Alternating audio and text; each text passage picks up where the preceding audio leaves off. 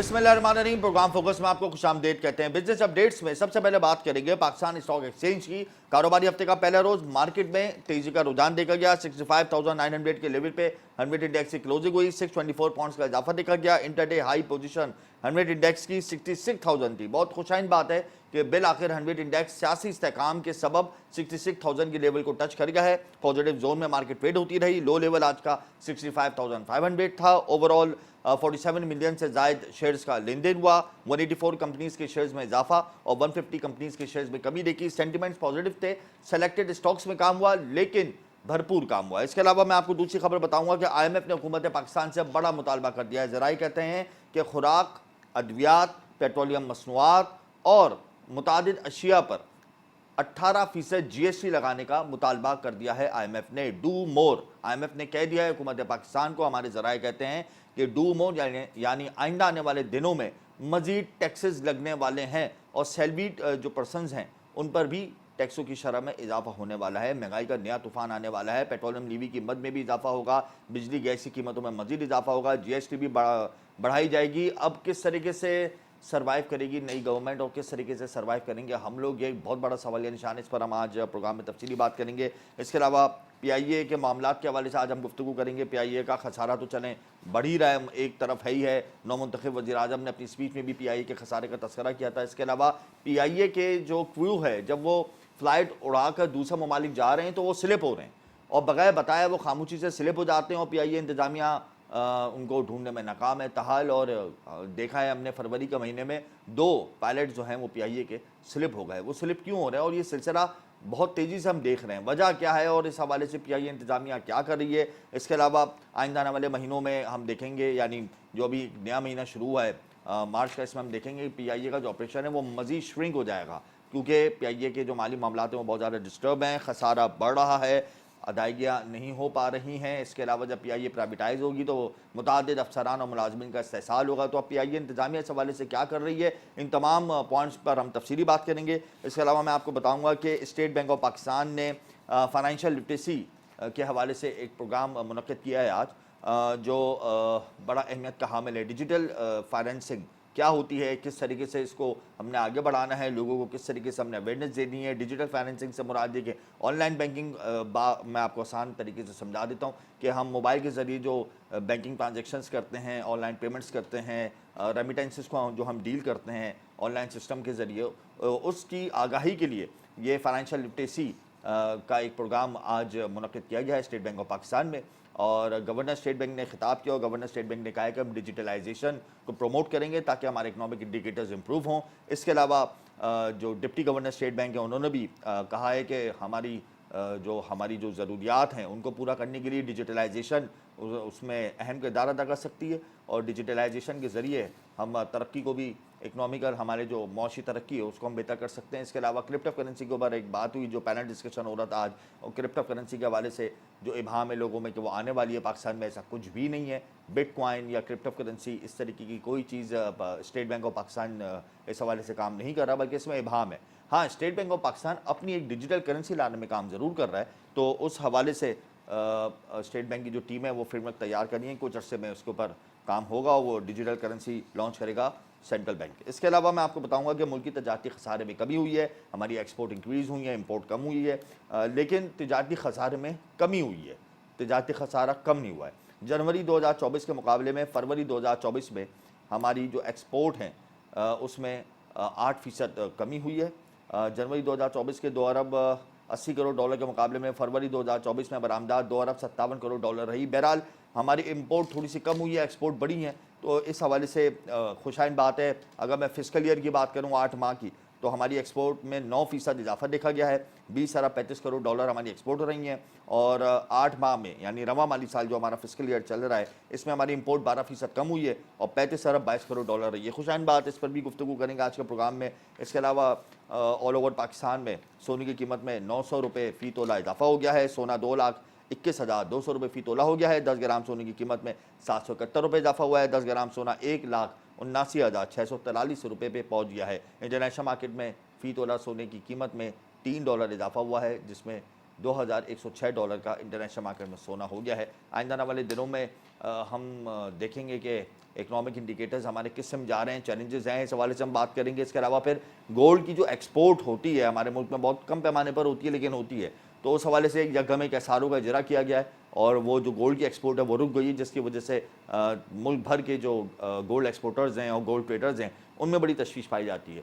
और पीआईए की जो खस्ता हाली है इस पर हम बात करेंगे, गोल्ड जो एक्सपोर्टर्स हैं इनके मसाइल पर बात करेंगे और फिर आइंदा आने वाले दिनों में हम किस तरीके से अपने मौजूद चैलेंजेस के ऊपर काबू पाएंगे, इन तमाम पॉइंट्स पर हम तफसीली डिस्कस करेंगे। लेकिन यहाँ वक्त एक ब्रेक का, हमारे साथ रहिएगा।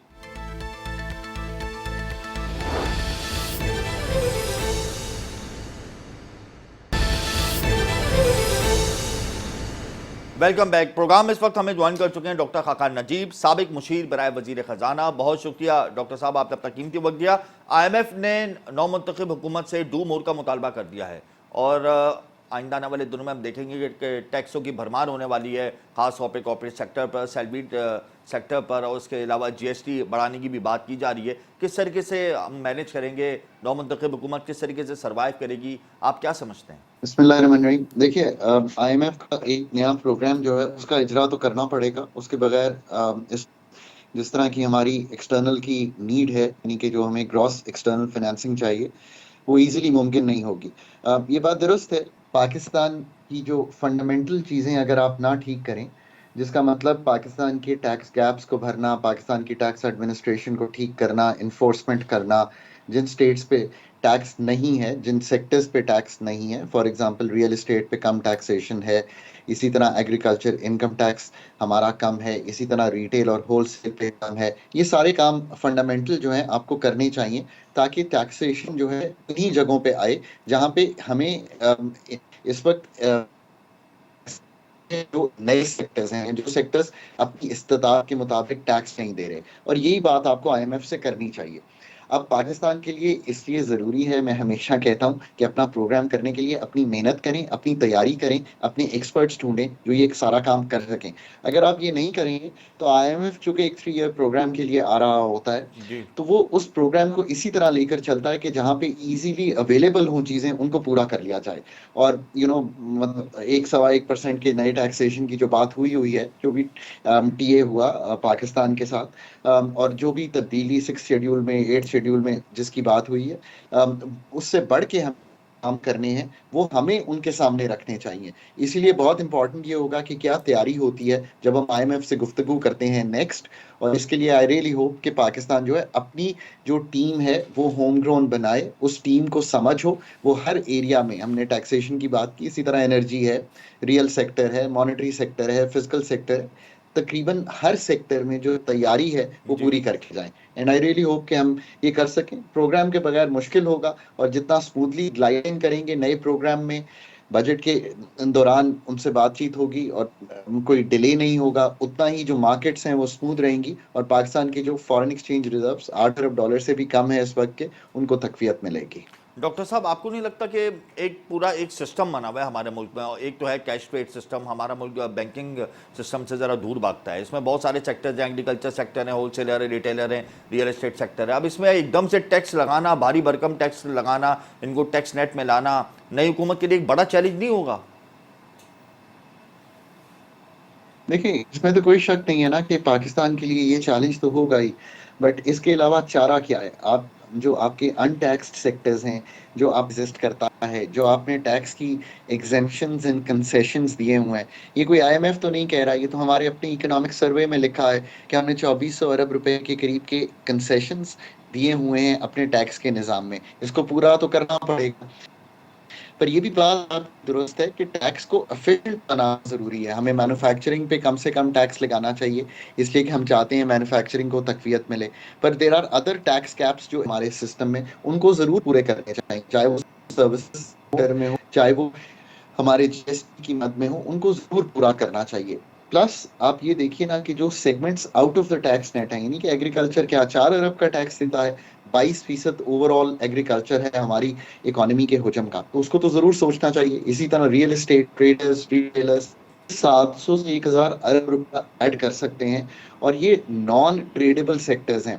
पाकिस्तान को हमें ट्रेडेबल सेक्टर्स को आगे लेकर चलना है और नॉन ट्रेडेबल सेक्टर्स जो हैं उनको ज्यादा टैक्स करना है, ताकि वहां से सेविंग्स और इन्वेस्टमेंट निकल कर ट्रेडेबल सेक्टर्स में आए। दूसरा ये कि जो कंप्लायंस रिस्क मैनेजमेंट है, इस पे बहुत काम होने वाला है पाकिस्तान में। इसी तरह डेटा बेसिस पे बहुत काम होने वाला है। जी। Cross checking of third party information ने विदहोल्डिंग से जमा की है। ये सारे काम जो है होने वाले हैं। पर आप इससे बढ़ के जो काम होने वाला है वो ये है कि transparent and accountable multi year strategic plan सामने आने चाहिए, ताकि सबको मालूम हो कि आने वाले सालों में पाकिस्तान क्या करने जा रहा है। इसी से कॉन्फिडेंस आएगा बिजनेस कम्युनिटी को भी और नई इन्वेस्टमेंट को भी। अब ये सारा काम करने के लिए अगेन मैं बार बार कहता हूँ, you need a chairperson of FPR जो 3-4 साल के लिए हो, वो चाहे खातून हो या जो भी हजरत हो, वो इस प्रोग्राम को आगे लेकर चल सकें। अगर इवन बाइफरकेशन करनी है एफपीआर की, तो उसका जो पूरा स्ट्रेटेजिक प्लान है वो हर स्टेक होल्डर से डिस्कस हो। बहुत मेहनत करनी पड़ेगी अगर हमने अपने टैक्स के निज़ाम को एफिशिएंट बनाना है, क्वालिटी ऑफ टैक्सेशन बेहतर करनी है और अपना domestic revenue mobilisation 9% of GDP से बढ़ाकर एफपीआर का कहीं 13 या 14% पे अगले 3 से 5 साल में लेकर जाना है। I think that's the real challenge for Pakistan. आपका तजुर्बा क्या कहता है, शमशाद अख्तर साहिबा कंटिन्यू करेंगी या इसहाक डार को कलमदान मिलना चाहिए? मैं इस पे तो कभी भी कमेंट नहीं करता, क्योंकि ये तो सवाबदीद है इनकमिंग गवर्नमेंट की, उन्होंने किसके साथ ये चलाना है। पॉलिसीज, पर जो भी वजीर जो पॉलिसीज़ हैं केयर टेकर गवर्नमेंट में, जो शमशाद अख्तर की पॉलिसीज थी, फिर उन्होंने आईएमएफ से मुज़ाकरात किए, आईएमएफ ने उनकी तारीफ भी की, तो आप क्या समझते हैं, इन्हीं को कंटिन्यू किया जाए तो ज़्यादा बेहतर है या फिर इनको हटा के इसहाक डार को या दूसरे किसी साहब को वजीर ख़जाना लगाया जाए?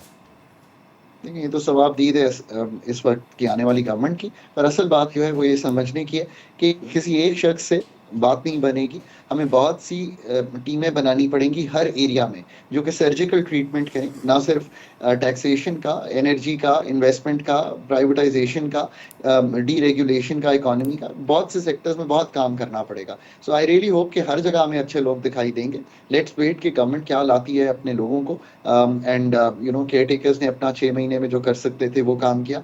अब असल काम तो अब शुरू होगा कि फंडामेंटल रिफॉर्म क्या है। ये भी याद रखिए कि ये एक इंटरिम सेटअप में इंटरिम आईएमएफ का प्रोग्राम था। ये एक स्टैंड बाय अरेंजमेंट था। अभी तो जी। एक्सटेंडेड फंड फैसिलिटी, एक प्रॉपर फैसिलिटी जो है उसका आना बाकी है। लेट्स सी कि उसमें क्या चीजें दिखाई देती हैं हमें। अच्छा डॉक्टर साहब, अब तो महंगाई का एक नया तूफान बरपा होगा। जब मजीद टैक्सेस लगेंगे, जीएसटी की शरह में इजाफा होगा, तो ऑब्वियसली जब महंगाई बढ़ेगी तो फिर अपकमिंग मॉनेटरी पॉलिसी के अंदर हम इंटरेस्ट रेट को तो कम होता हुआ नहीं देखेंगे, या तो अनचेंज रहेगा या तो बढ़ेगा। तो फिर हमारी जो लोकलाइजेशन है, इंडस्ट्रियलाइजेशन है, वो तो बहुत ज़्यादा मुतासर हो जाएगी, जो अभी भी है। I think we've seen the worst of inflation, because जो इन्फ्लेशन में बहुत बड़ा जुज है इन्फ्लेशन को जो बहुत ही जिसने पुश किया वो एनर्जी प्राइसेस थी, गैस एंड जी। बिजली की, प्लस जो आपकी फूड इन्फ्लेशन थी। अब I think we have seen the worst of increases. आने वाले वक्तों में मेरा ख्याल है कि इस वक्त जो कोर है वो 15% के करीब आ गई है शेयरों की। सो आने वाले वक्तों में I think next monetary meeting में पाकिस्तान की जो एमपीसी मीट करेगी, मॉनेटरी पॉलिसी कमेटी, तो उसको देखना चाहिए on a forward looking basis भी जो इंटरेस्ट रेट हैं वो पॉजिटिव हो गए हैं। So real interest rate positive हो गया है। सो अब I think they have room to cut. मैं उम्मीद रखता हूँ कि आने वाली एमपीसी में हम कटिंग की तरफ चले जाएंगे। इन्फ्लेशन को कम करने के लिए कुछ फूड प्राइसेस को संभालिए और एनर्जी की जो मिक्स है उसको ऐसा रखिए कि एनर्जी की प्राइसेस और यहाँ से ना बढ़े। डिमांड फिजिकल की कम कीजिए, यानी कि मालियाती खसारे को कम कीजिए। अगर ये चीज़ें करते रहेंगे तो इन दी एंड तो जो पैदावारी सलाहियत है मुल्क की आने वाले 6 जी। महीने में, साल में, 2 साल में, उसको बढ़ाइए। तब आप इन्फ्लेशन पे पूरी तरह काबू पा सकेंगे। This is the real task I think in front of the government. Doctor साहब, बड़े मसलों में एक बड़ा मसला ये भी है कि हमारे बैरूनी कर्जों की शरह में इजाफा हो रहा है, हमारा जो फिजिकल डेफिसिट है वो बढ़ रहा है, पावर डेफिसिट बढ़ रहा है। तो हुकूमत के लिए सबसे बड़ा चैलेंज क्या होगा? एक्सपेंडिचर के रिफॉर्म्स, फिजिकल का जो डेफिसिट है उसको ठीक करने के लिए आपको बहुत मेहनत करनी पड़ेगी। पेंशन के रिफॉर्म से लेके डेट रीप्रोफाइलिंग तक, पाकिस्तान की जो पब्लिक फाइनेंशियल मैनेजमेंट है उसको बेहतर करने तक, पाकिस्तान के टारगेटेड सब्सिडीज करने तक, ये बहुत ही मेहनत तलब काम है। और हमने एक्सपेंडिचर का जो रिफॉर्म है उसको बहुत सीरियसली लिया नहीं है कभी भी। हम ऑस्टेरिटी पे बेस करते हैं शायद एक्सपेंडिचर रिफॉर्म को। Expenditure reform is a much deeper area। एसओईज पे जो पैसे जा रहे हैं, जो डेवोल्यूशन होनी है, जो हमने फेडरल गवर्नमेंट को रैशनलाइज करना है, this is the real future of Pakistan. Again इसके लिए आपको बहुत ही कॉम्पिटेंट लोग लाने पड़ेंगे जो इस सर्जरी को समझते हो, जो कटिंग ऑफ द गवर्नमेंट को समझते हो, जिन्होंने एक्सपेंडिचर रिफॉर्म्स पे काम किया हो, पाकिस्तान की डेट रीप्रोफाइलिंग कर सकें, ताकि आपको ये जो ऑस्टेरिटी है इससे निकल कर रूम क्रिएट हो सके, ताकि आप इनकम सपोर्ट के थ्रू खर्चा कर सकें, जो इन्फ्लेशन हिट पाकिस्तान है उसकी मदद कर सकें। आई रियली होप कि गवर्नमेंट इन सब कामों पर बहुत ही तवज्जो देगी और पाकिस्तान को आईएमएफ के प्रोग्राम के बियॉन्ड बहुत काम करना पड़ेगा, और वो प्रोग्राम भी ऐसा बनाना पड़ेगा कि वो जी। पाकिस्तान के फंडामेंटल्स को टारगेट करे, ना कि सिम्टम्स को।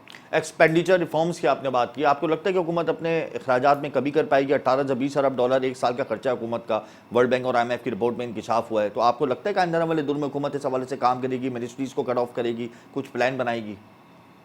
बहुत ज़रूरी है कि जो एनएफसी जो है उसके तहत जो नीचे चले गए हैं आपके एक्सपेंडिचर्स, जी। उनकी 18वीं तरमीम के मुताबिक आप अपनी जो मिनिस्ट्रीज़ हैं, जो डिविजन्स हैं, उनको भी डिवॉल्व करें। This is the real task. I think 16-17 subjects ऐसे हैं जिनको डिवॉल्व किया जा सकता है। एजुकेशन, हेल्थ, एग्रीकल्चर, क्लाइमेट, इन सब की जो मेंटेनेंस है वो प्लानिंग कमीशन में हो सकती है, बिकॉज वहाँ पे सब मेंबर्स मौजूद हैं इन एरियाज़ के। और फिर आप रियली एक smaller and more efficient government के साथ आगे चल सकते हैं। आई एम रियली होपिंग कि ये काम करेंगे। ये काम किए बगैर अब आपके पास कोई चारा नहीं है। फेडरल फिस्कल फ्रेमवर्क जो है वो बहुत जी। ब्रोकन है, यानी कि जो फेडरल का मालियाती फ्रेमवर्क है बहुत ब्रोकन है, बहुत ही ज़्यादा। इस वक्त फेडरल फिस्कल डेफिसिट कर रहे हैं हम, और कर्जे लेकर पूरा मुल्क, डेट भी पे करने की रकम नहीं है, बाकी मुल्क सारा कर्जों पर चल रहा है। This is a very very serious situation and needs a much deeper reform in the expenditure side. बहुत बहुत शुक्रिया डॉक्टर खाकान नजीब, आपने अपना कीमती वक्त दिया। हुकूमत को अपने शाना अखराजात को कम करने होंगे, अपने एक्सपेंडिचर रिफॉर्म्स के लिए कोई ना कोई पॉलिसी बनानी होगी, आईएमएफ के प्लान में रहते हुए बहुत से ऐसे काम करने होंगे हुकूमत को जिससे मौची चैलेंजेस कम हो सकें, trade deficit, fiscal deficit, current account deficit को कम कर सकें, दूर कर सकें। बहुत बड़े बड़े चैलेंजेस हैं नौमुंतखब हुकूमत के सामने। बहरहाल आइंदा आने वाली हुकूमत का क्या प्लान है ये तो कुछ दिन के बाद पता चल जाएगा, लेकिन आईएमएफ के साथ बैठने से पहले अच्छी तरीके से तैयारी करना होगी, वरना आईएमएफ की हर बात को मनोन तस्लीम करना होगा और महंगाई का नया तूफान सामने खड़ा हो, सारा बोझ अवाम पे लाद दिया जाएगा। यहाँ वक्त ब्रेक का, हमारे साथ रहिएगा।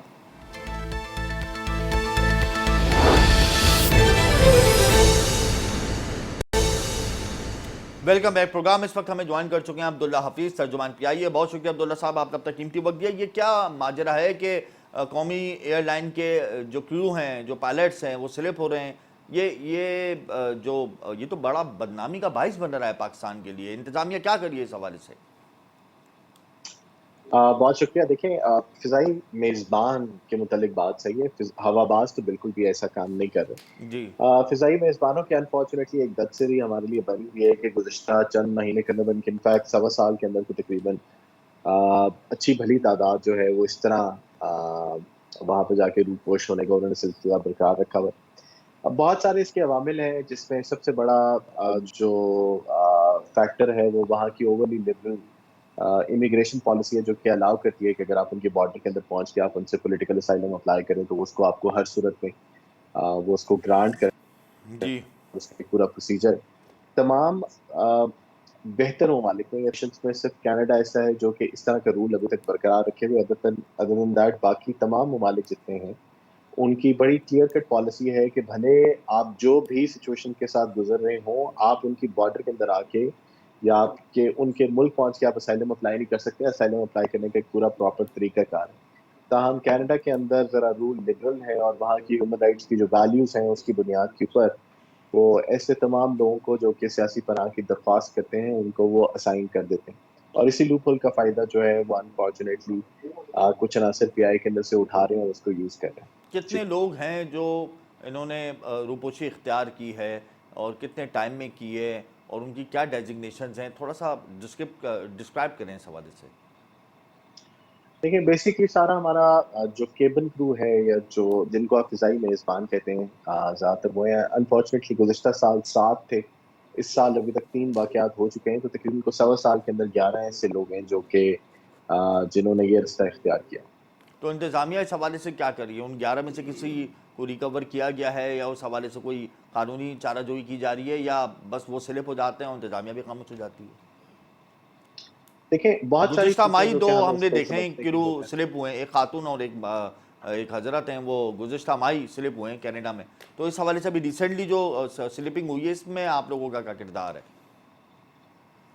देखें, इंतजामिया ने बहुत सारे इकदाम इसके ऊपर लेने जी। की कोशिश की है, जिसके अंदर अराइवल के ऊपर उनका तो प्रोफाइलिंग के ऐसे लोगों को हमने फ्लाइटों में भेजने की कोशिश की, ऐसे लोगों को फ्लाइटों पर भेजा कि जिनके लिंकेजेस पाकिस्तान के साथ स्टैब्लिश थे, जिनकी 15-20 साल की पीआई के साथ एक अच्छा करियर उनका रहा है, उन्होंने एक स्टेबल नौकरी की है, किसी किस्म की उनकी कहीं कंप्लेन नहीं आई।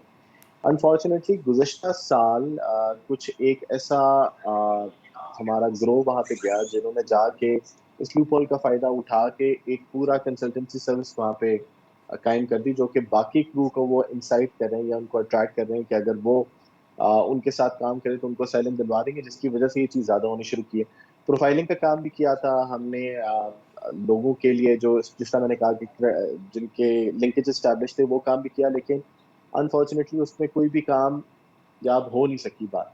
अब जो हम मामला देख रहे हैं, वो देख रहे हैं कि इस मामले को लीगल सतह के ऊपर चलाया जाए या उठाया जाए। देखिए, हमें ये बात समझनी पड़ेगी कि पाकिस्तान में आप उनके खिलाफ जो मर्ज़ी कोई काम करें, उसका कोई नतीजा नहीं निकल सकता, बिकॉज़ वो एक दफ़ा जब यहाँ से जाते हैं, वो अपना पाकिस्तान और सियासी पनाह अगर पाकिस्तान के खिलाफ या पाकिस्तान से जाने के लिए लेते हैं, तो उनका वापस आने का चांस कोई नहीं होता, और जब तक वहाँ पे नेचुरलाइज़ नहीं होंगे, जब तक उनका पनाह का सिलसिला जारी नहीं रहेगा 4-5 साल तक, जी। तो वतन वापस तो वो इन एनी केस लौटेंगे नहीं, और अगर लौटेंगे भी तो वो पाकिस्तानी डॉक्यूमेंट के ऊपर नहीं लौटेंगे। तो अगर उनकी सुबह भी जिस तरह मेरे से कोई कह रहा था कि अगर कोई कानूनी कार्रवाई उनकी पाकिस्तान में करेंगे, तो उनका किसी किस्म का कोई काम नहीं है। हमें जो चीज़ अब देखनी है वो ये है कि हमें कैनेडियन हुकाम के साथ हम बात कर रहे हैं, उनके साथ हम लगातार एक राब्ते में हैं, और हम उनके साथ कर रहे हैं कि इस तरीके से कि वो उनके एंड के ऊपर हम एक सिस्टम बनाएँ या हम उनको कोई इस तरह की डिक्लेरेशन साइन कराएँ कि जिसकी वजह से हर कोई ऐसा क्रू जो कि यहाँ से ड्यूटी के ऊपर गया और वहाँ पे जाके अगर उसने असाइलम अप्लाई करने की कोशिश की है, तो उसको असाइलम वो ना दी जाए, या उसने जो बुनियाद बनाई है उस बुनियाद के अंदर देखा जा सके। जी। तो कैनेडियन गवर्नमेंट से जो आपकी बातचीत शुरू हुई है, तो उसमें आप लोगों ने वो पूरा गिरोह की जो मालूमात है वो सामने रखी है कि वो पूरा एक्स क्रू का जो एक गिरोह है जो ऑपरेट हो रहा है कनाडा में, वो मजीद अप्रोच कर रहा है लोगों को। तो ये तो बड़ी तशवीशनाक बात है। तो कनाडा गवर्नमेंट की तरफ से क्या पॉजिटिव रिस्पॉन्स आ रहा है, या जो हाई कमिश्नर है उनकी तरफ से आपकी बातचीत का सिलसिला जारी है? क्या इस हवाले से क्या आप कहेंगे? देखिए, मैं एक बात की तस्दीक करता चलूँ, कैनेडियन हुकूमत के साथ नहीं, कैनेडियन हुकाम के साथ, दोनों में फ़र्क क्या है कि उनकी इमिग्रेशन अथॉरिटीज़ या उनकी जो पुलिस है, हम उनके साथ अभी अच्छा, हमने राब्ता पुलिस एस्टैब्लिश सही किया, है। गवर्नमेंट टू गवर्नमेंट अभी लिंक नहीं। ओके, और हमें गवर्नमेंट टू ये बात गवर्नमेंट अभी देखनी रब्ता नहीं हुआ है। पड़ेगी सही कि है। ये वाक़या ये बात हमें देखनी पड़ेगी कि ये उनके यहाँ ये कोई की बात नहीं, बिकॉज़ वहाँ पे ज़्यादातर ये होता है कि हमारे खित्ते के लोग या वैसे लोग बहुत ज़्यादा तादाद के अंदर वहाँ पे असाइलम अप्लाई करते हैं, तो वहाँ पे ये बहुत ज़्यादा कोई इसको स्ट्रेंज बात नहीं समझा जाता, और वहाँ के कानून लिबरल हैं, और लिबरल कवानीन अगर उनको अलाउ करते हैं, तो वो इस मामले में इतना ज़्यादा वो नहीं है, यानी मुस्तक़बिल में मजीद भी परेशान नहीं स्लिप हो होते। सकते हैं अगर उनका कोई प्रॉब्लम नहीं है, तो मजीद भी स्लिप होने के खदशात अभी भी बरकरार हैं, ऐसा ही है? ना देखें, बात ये है कि जब तक एक लूप होल का फ़ायदा कोई ना कोई उठाएगा, तो तब तक तो ये मामला होता रहेगा। लेकिन अच्छा। समझने की बात ये है कि कुछ ऐसे इक़दामात हमारी तरफ से लिए जाने हैं, जिसके जी। बाद हम कोशिश कर रहे हैं कि ये चीज़ इसका सद्दबाब हो सके। जी। सद्देबाब हो सके। अच्छा, ये बताएं, कोई खुशखबरी दे देना कि जो बरतानिया से परवाज़ों का मामला जो है वो कई सालों से बंद है, क्योंकि खुलने वाला है फ़्लाइट ऑपरेशन का सिलसिला दोबारा से बराह रास्त, और इस हवाले से क्या पेशरफ्त हो रही है? इंटरनेशनल एविएशन की टीमें आ रही हैं, कुछ खुशखबरी दे दें। बड़ी मायूस है कौम, ओपीआई की कारकर्दगी से तो वैसे ही बहुत से सवालात हैं, तो खुशखबरी दे दीजिए कुछ। देखिए, 2 बातें मैं आपको बताता चलूँ। जी। पहली बात ये है कि पीआई की कारकर्दगी से अब लोगों को मुतमईन होना चाहिए, बिकॉज़ पीआई के फाइनेंशियल परफॉर्मेंस इंशाल्लाह हम इस साल अगले चंद हफ्तों के अंदर जिसका हम अनाउंसमेंट करेंगे, वो बहुत एक ज़्यादा हौसला अफ़ज़ा होगी, और इंशाल्लाह अच्छा। पाकिस्तानी अवाम बहुत ज़्यादा इस पे खुश और फ़ख्र महसूस करेगी। दूसरी बात ये है कि गुज़िश्ता 3 साल के अंदर जब से पाबंदी पीआई के ऊपर लगी थी, बरतानवी और यूरोपीय हुकाम के बायस, तो बहुत ज़्यादा मेहनत हुई, बहुत सारे ऐसे कवानीन, ऐसे स्ट्रिक्ट कवानीन जो कि दुनिया के बेहतर तरीन ममालिक भी जिन पे परेशान होते, वो हमने इम्प्लीमेंट किए, वो रेजीम्स इम्प्लीमेंट किए, safety management system, flight data monitoring, बहुत सारे ऐसे इक़दाम हैं जो कि लिया गया। जी। और अब अल्हम्दुलिल्लाह हम ऐसी सिचुएशन में पहुँचे हैं कि यासा और यूके डीएफटी जो उनका है, उनके तमाम ऑडिट्स और उनके तमाम पश्चात हमने तकरीबन दूर कर लिए, और इंशाल्लाह उम्मीद है कि उनका जो अगला इजलास होगा सेफ्टी रिव्यू बोर्ड अगले 2 महीने के अंदर, उसके बाद हमें फिजाई ऑपरेशन की इजाजत मिल जाएगी और इंशाल्लाह जून के महीने से हम अपना बरतानवी ऑपरेशन का दोबारा आगाज करेंगे। ये जी। बहुत बड़ी खुशखबरी आपने सुनाई है। अच्छा अब्दुल हफीज़, ये भी बताएं कि प्राइवेटाइजेशन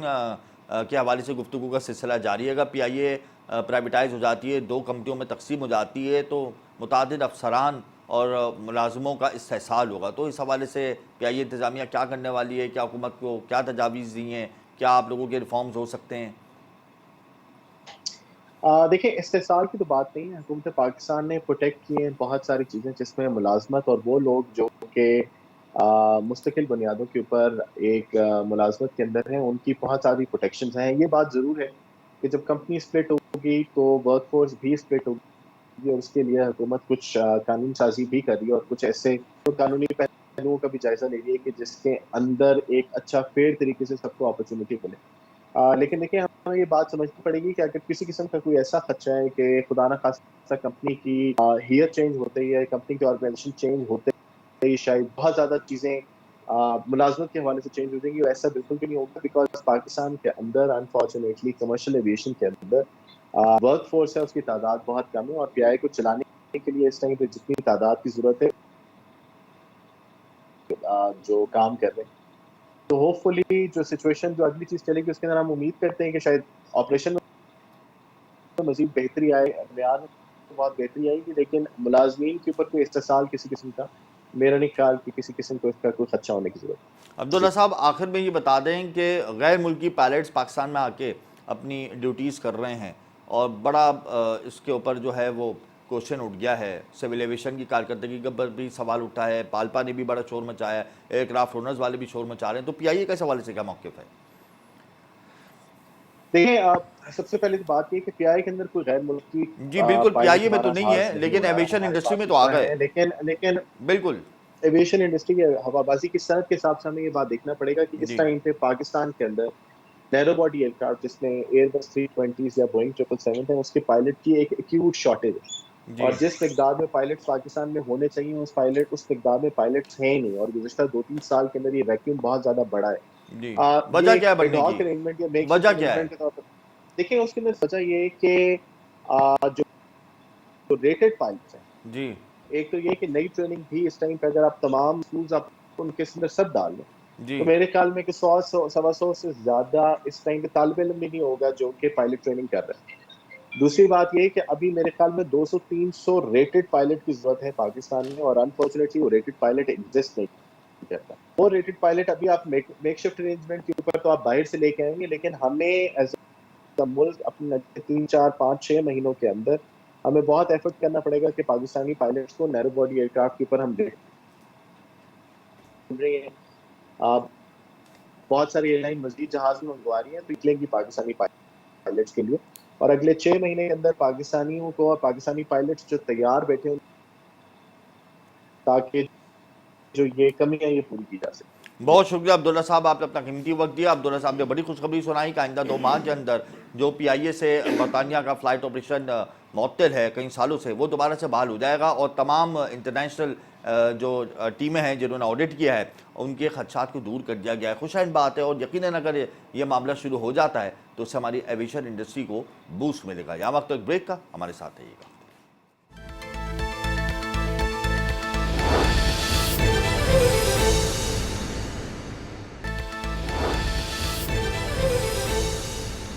वेलकम बैक। प्रोग्राम में इस वक्त हमें ज्वाइन कर चुके हैं हाजी हारून चांद, सदर all Pakistan James and jewellers association. बहुत शुक्रिया हारून साहब, आपने अपना कीमती वक्त दिया। ये क्या माजरा है? जेवरात जो हम एक्सपोर्ट करते थे, कम पैमाने पर ही करते थे, उसको रोक दिया गया और यकदम एक एसआरओ का इजरा किया गया और एसआरओ के ज़रिए जो एमनेसिटी स्कीम थी उसको मुअत्तल कर दिया गया। सोना इस वक्त अच्छा खासा पोर्ट पर फंस गया है। तो अब क्या अगला स्टेप है आप लोगों को? एक तो ये है कि वो हमारे यहाँ वन विंडो एक्सपोर्ट नहीं हो रही थी, बड़ी परेशानी हो रही थी। मैंने पहले भी कहा कि इंडिया में एक दिन में एक्सपोर्ट हो जाती है, हमारे यहाँ 15-15 दिन लग जाते हैं। अब ये घोड़े आके बैठे थे तो 15 दिन दुबई में भी नहीं रुकेंगे, फिर भी हम चला रहे थे। अब अचानक इन्होंने गवर्नमेंट ने बम फेंक दिया, जो एसआरओ वेबसाइट पे लगा था उसको मुअत्तल करके जी। अब इन्होंने अपनी मर्जी का लगा दिया है। अब 17% टू मच। अब बताइए कि 3% 17% क्या मतलब? से जो वहाँ एक्सपोर्ट हम जेवर करेंगे इसके एवज जो सोना आएगा उसमें 17% सेल टैक्स लगा दिया जाएगा। अब बताइए पहले कि- ये नहीं था। हैं? पहले पहले ये नहीं था। और दुनिया में मरात एक्सपोर्ट के लिए दी जाती है कि पाकिस्तान में अगर एक्सपोर्ट होता है तो इससे रेवेन्यू बढ़ता है और रोज़गार भी मिलता है। मगर ये अचानक इन्होंने बम फेंक दिया है और ये बम ऐसा फेंका है कि जिससे 4% 3% लोग कमाने वाले 70% कैसे देंगे। अब ये कह रहे हैं कि फ़िलहाल आप जो वो पैसे भर दें और अपील में जाए, अपील के बाद तो फ़िलहाल कई काम हमारे एयरपोर्ट पे भी रुक गए हैं और कई लोगों के जो जानदे पे रुके हुए हैं और वो कस्टम वाले भी अपनी बंदर बाट कर रहे हैं। मुझे इतला मिली है कि वो भी अपनी मनमानी कर रहे हैं। तो मतलब अब वो ये कह रहे हैं कि आपका अगर सोना एक्सपोर्ट हम कर दें तो हमें आप ब्लैक मनी दें। भाई ज़ाहिर है। तो अब बताइए कि अब एक लीगल और फिजिकल काम हम करेंगे तो किस तरह हम तो इसको सुसफत के पैसे देंगे और इस तरह कैसे काम चलेगा। वैसे ही कुव्वत ख़रीद नहीं है, परचेसिंग पावर नहीं है, बड़ी मुश्किल के बाद। और जो एक्सपोर्ट जेवर होता है अगर समझ लो 1 किलो 70 किलो माल होता है तो मेरे ख्याल से 10 किलो तो रिटर्न होता है। जब रिटर्न होता है तो उसको तो लॉस ही लॉस है। तो मैं हुकूमत पाकिस्तान को कहूँगा कि क्या वजूहत है, क्या कोई ऐसी नहीं, पॉलिसी वजूहत है। तो हमारे सामने ना हारून साहब के IMF कहता है कि एमनेस्टी सब्सिडी इस कल्चर को ख़त्म करें पाकिस्तान से और हम IMF के प्लान में अब जाएंगे। IMF ने डू मोर का मुतालबा कर दिया तो ये तो होना ही था। आज नहीं होता तो कल हो जाता। देखिए आपकी बात को मैं बढ़ाते हुए IMF की जो भी पॉलिसी है, FBR के नुमाइंदे, हकीकी नुमाइंदे, देखो एक नाम मैं बता, आल पाकिस्तान जेम में जो डेवलपमेंट सोसाइटी बनी हुई है जो 100 आदमी की मुस्तकिल पूरे पाकिस्तान में और 98% आल पाकिस्तान जेम में जोरस की हकीकी नुमाइंदे जो स्टेट पावर रखते हैं, जो बात को मनवा सकते हैं और कर सकते हैं, उनको आप FBR हमें बिठाए, हमसे बात करें ताकि आने वाले बजट में तासुब नहीं हो।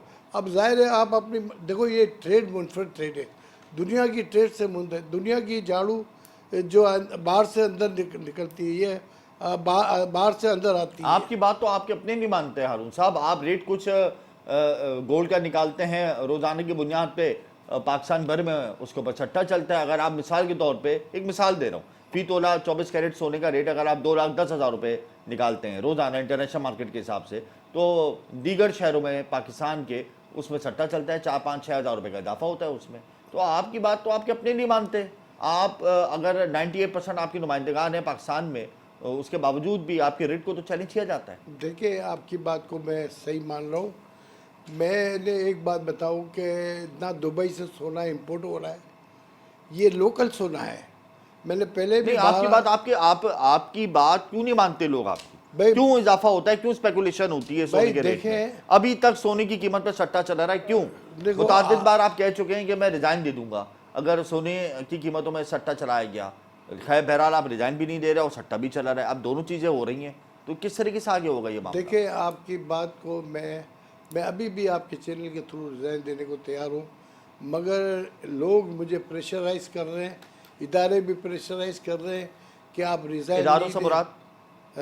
कानून नाफिज करने वाले इदारे। लेकिन अगर आप रिजाइन देते हैं तो क्या ये मसला हल हो जाएगा? देखिए मैं एक बात बताऊं, ये खुश नसीबी है कि एक वक्त था कि एक दिन में 10-10 हज़ार 20-20 हज़ार रुपये अप डाउन होता था।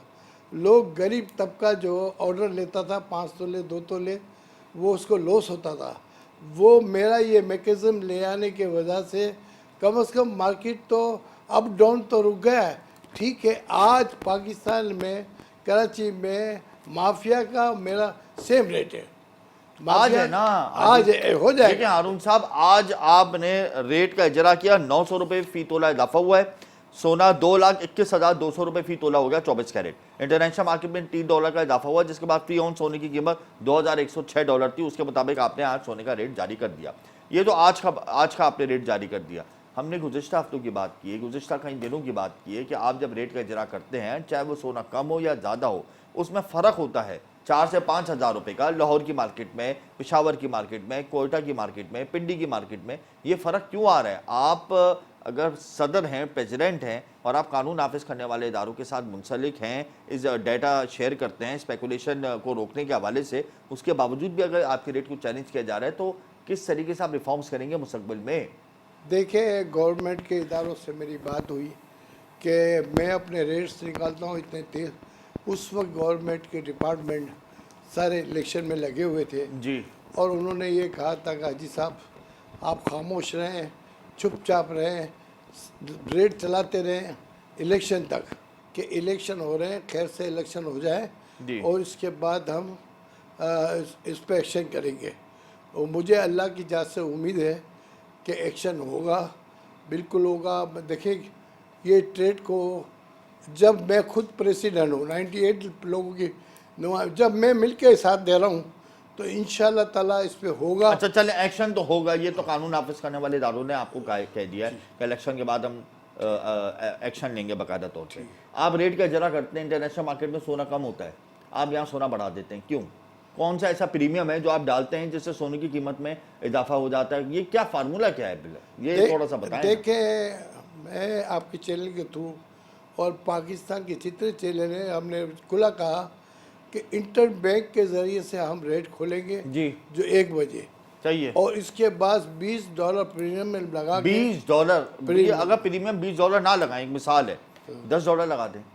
देखिए, अभी फ़िलहाल देखिए, आपकी बात को मैं मानता हूँ कि जहाँ जहाँ 8-8, 10-10, 20-20 हज़ार का फ़र्क था, अगर मैं उस दुबई में तो $5 प्रीमियम में होता है, बाज़ वक़्त माइनस भी हो जाता है, कई जगह 8 होता है, किसी जगह 10 होता है। मगर हारून साहब, $20 प्रीमियम टू मच। राइट, वही मैं कह रहा हूँ कि $20 लगाने के बाद 2100 रुपये तोला, 10 तोले पे 21,000, फिर भी माफिया मेरे से 6,000 रुपये ऊपर चला रही थी। तो मैं यही तो आपसे तो कह रहा हूँ, मैं- अगर आप प्रीमियम में कमी कर दें, अगर $10 पे आप अपना प्रीमियम ले आएँ तो इससे तो फिर सोने की कीमत में काफ़ी कमी होगी और स्पेकुलेटर्स भी जो है उस हिसाब से सट्टा नहीं चलाएंगे। देखें, मैं आपको बताऊं, जब एक माफिया सरगम होता है ना, उसको एक तूफ़ान आता है ना, तो इंसान को वक्ती तौर से बेग होना पड़ता है, फिर अपनी जगह पे मुस्तकिम होना पड़ता है।